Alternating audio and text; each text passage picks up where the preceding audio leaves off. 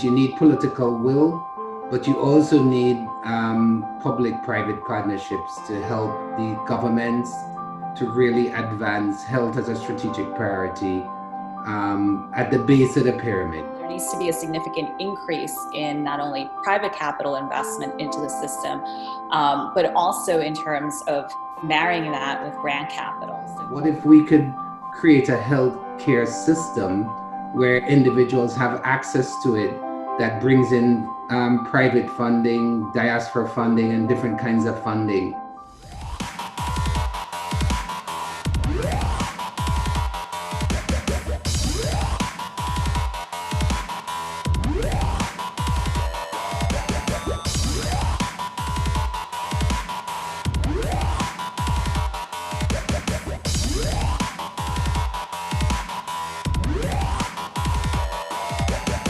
The cloud is great.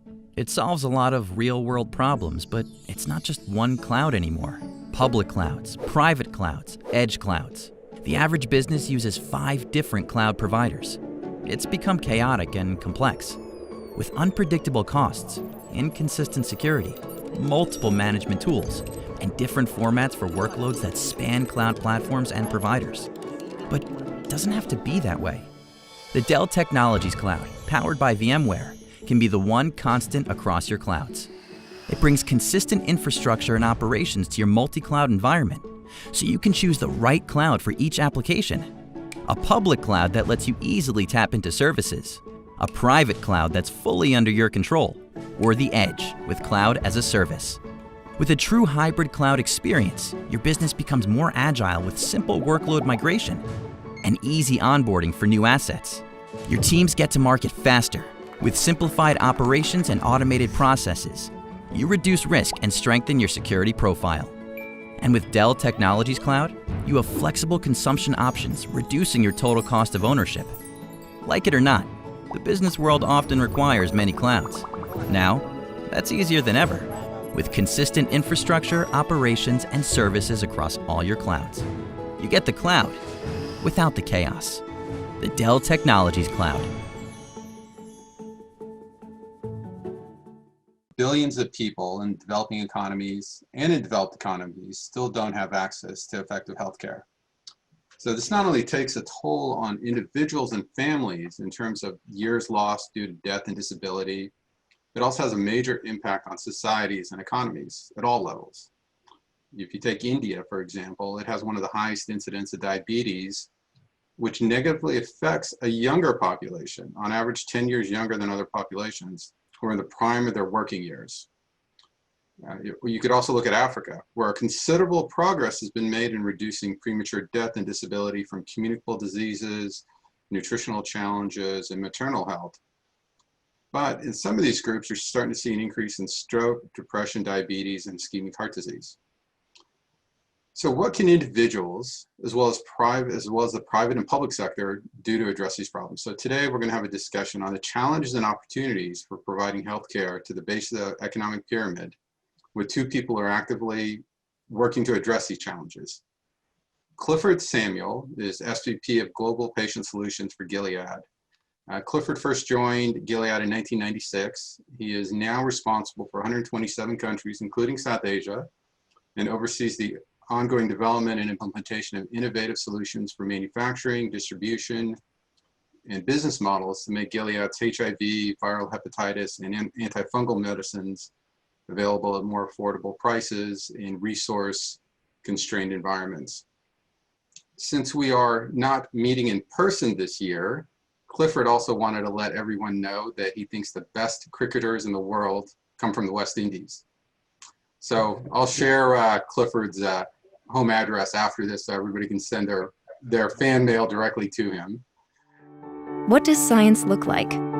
Is it only in a lab where men in white coats peer into microscopes?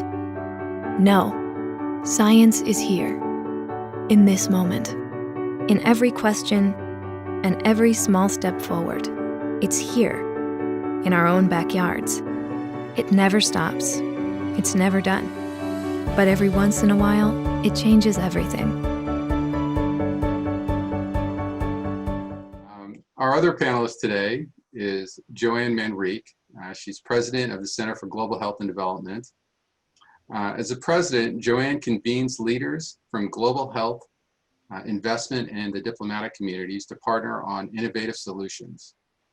This includes leading multi-sectorial efforts to increase the private sector's investment in global public health in emerging markets.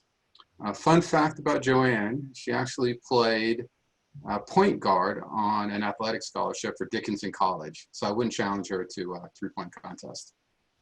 So Clifford, Joanne, welcome. Thank you, Rahul. Thank you. Thank you so much, Rahul. Yes. How can you make a positive contribution to society while also getting returns on your investment?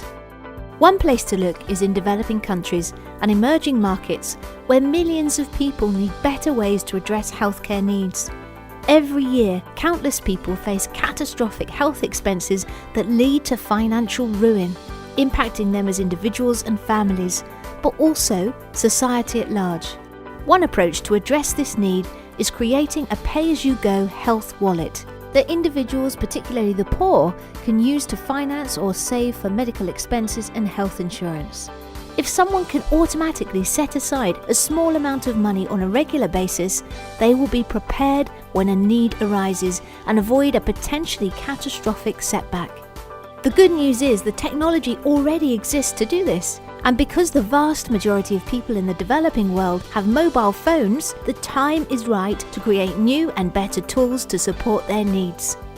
In sub-Saharan Africa, mobile money accounts went from 200,000 in 2006 to over 277 million in 2016.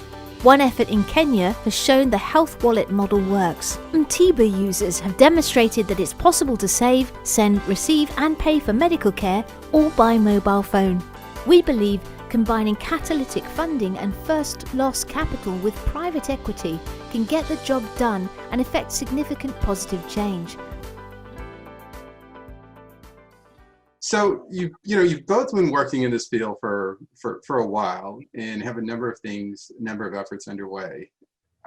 Do you think access to healthcare, is it a challenge is the main challenge with funding, or are there some other impediments to how we drive access? Yeah, no, it's a good question, and I'll jump in and Joanne can add. So at Gilead we have all these wonderful medicines. We can prevent HIV now. We have a drug to prevent HIV. You can take it. It's called Truvada for PrEP. We can treat HIV where individuals are living a long life. We can cure hepatitis C, and we have treatments for hepatitis B. Rahul, what we see is there are two components. You need political will, but you also need public-private partnerships to help the governments to really advance health as a strategic priority at the base of the pyramid.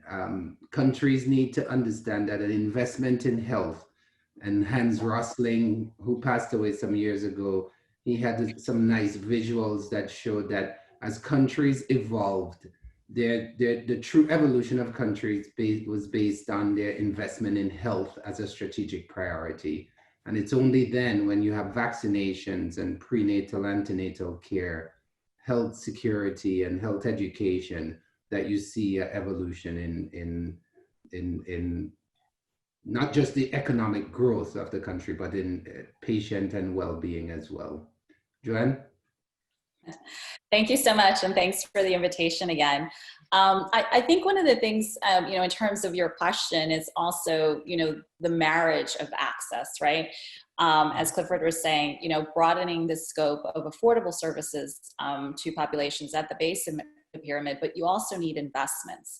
There needs to be a significant increase in not only private capital investment into the system, but also in terms of marrying that with grant capital. So what's called, blended financing, because there's been a lot of investment into the verticals of HIV, TB, malaria, but really in order to grow the whole sustainable ecosystem, we need access to both private capital, access to healthcare, and access to the financing tools to be able to deploy that. Mm-hmm. Mm-hmm. So let's assume, we were able to address some of these funding challenges, that the access to capital is there.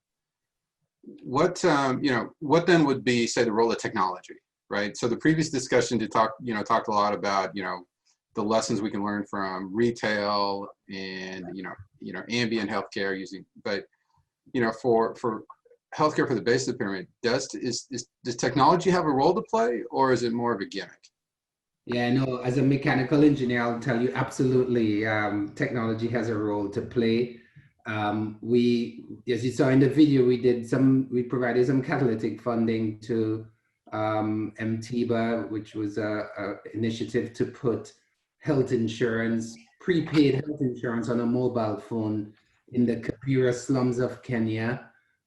That system now, not only did it create health on a mobile phone, it also brought individuals into what is called banking, because it had a mobile wallet on the phone as well. And individuals were able to save money and then transfer that money over to their health wallet so they can prepay for health. And that system has 4 million people on it now. And that's what brought Joanne and I to thinking, if individuals are willing to prepay for health, what if we could create a healthcare system where individuals have access to it, that brings in private funding, diaspora funding, and different kinds of funding? Because we know those at the base of the pyramid, the poorest of the poor, might not be able to afford even a little amount for a family of 3 or 4. So Joanne can speak a little bit to what we're doing on those fronts as well, utilizing technology. Thank you so much, Clifford. Yes, and the healthcare access platform has been developing nicely in terms of integrating all the different components. But if you don't have a systematic engine or technology platform to run all of these components, they're not communicating with one another. And when the different parts don't communicate with each other, you don't have the efficiencies that provide greater economic growth. If different NGOs on the ground, if different small to medium enterprises along the supply chain for healthcare are communicating in an efficient manner, you reduce the cost of providing that healthcare. And I think that's why the platform that we're working with Clifford, USAID, MasterCard, and hopefully other partners that follow, is really beginning to deploy efficiencies in a manner that is attracting the interest of investors and also the interest of development finance institutions. But all of it is driven by that technology that's creating the efficiencies in the system that are needed. Yeah. Right. So it's really some of the same trends we see around the world, whether you're a developing economy or developing or developed economy, right? Leveraging technology to improve that patient experience, reduce costs, improve access, right? Yeah. Yeah. So Gilead's a large organization. Joanne, your organization's been around for a bit, doing a number of different projects. What is an organization, right? Where can your organizations, and I ask this question as lessons maybe for other organizations, right? What can your organizations do to have the biggest impact on helping address these challenges, right? You can speak from the perspective of your respective organizations or from another one, but what can they do to really help improve, address these challenges?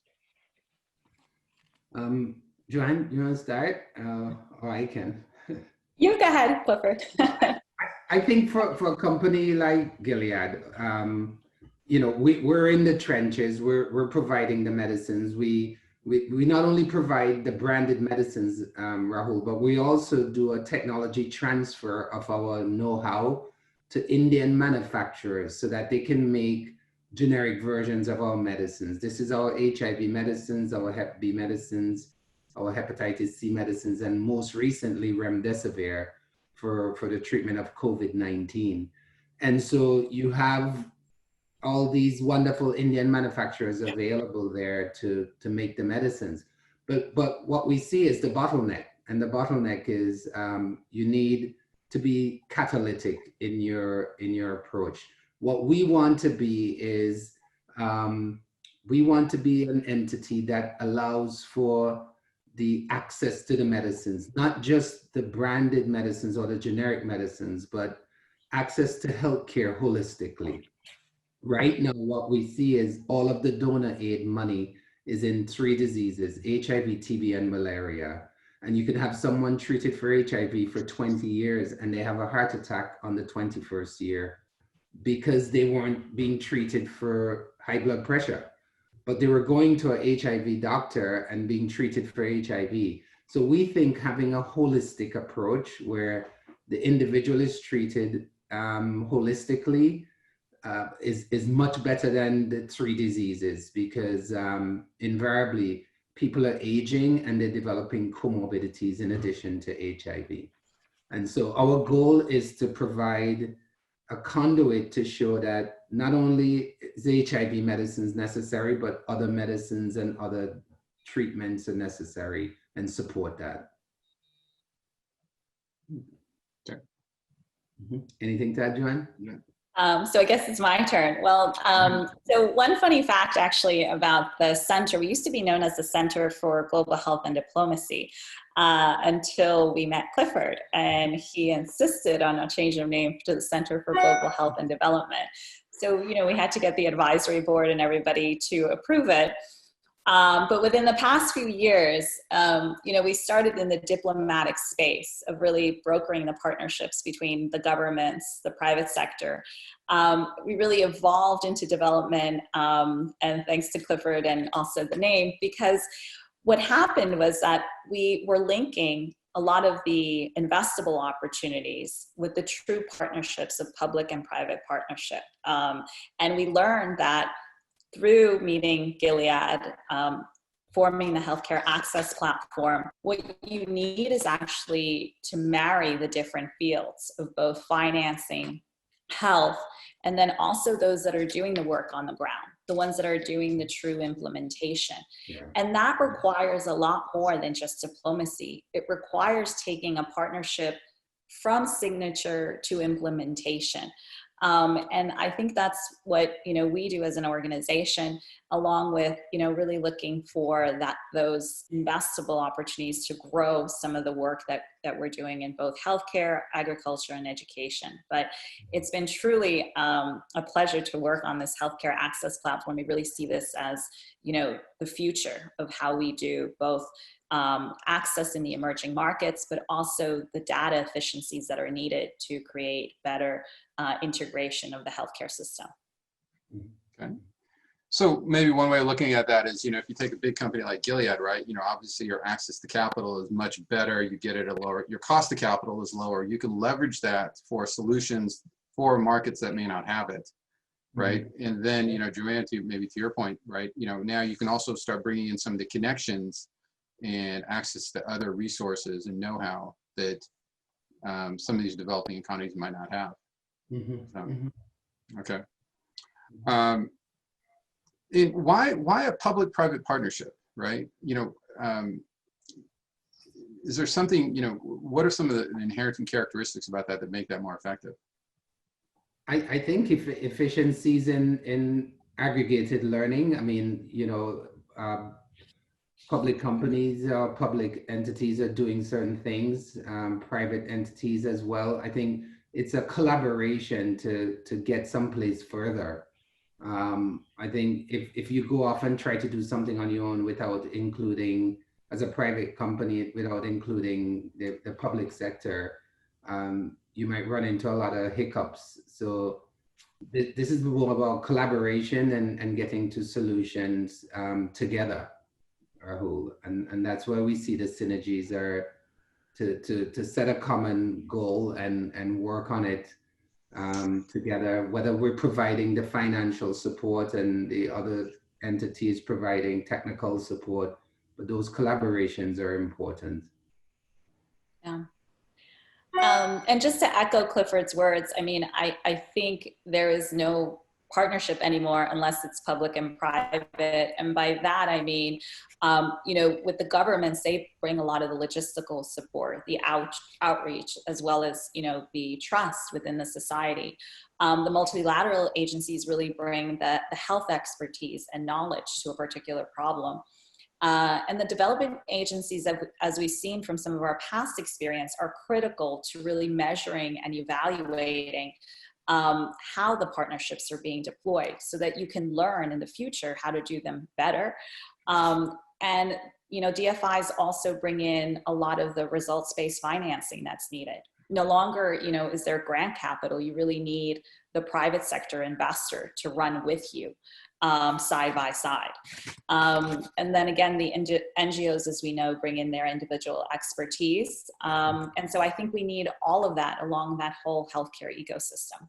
Okay, well, great. So I think our session's coming to an end. Thank you both. I know you're both on vacation, so thank you for taking time out of that to join us. Great discussion. It is certainly something that, I think is a subject that's near and dear to many people. Look forward to hearing more from you in the future.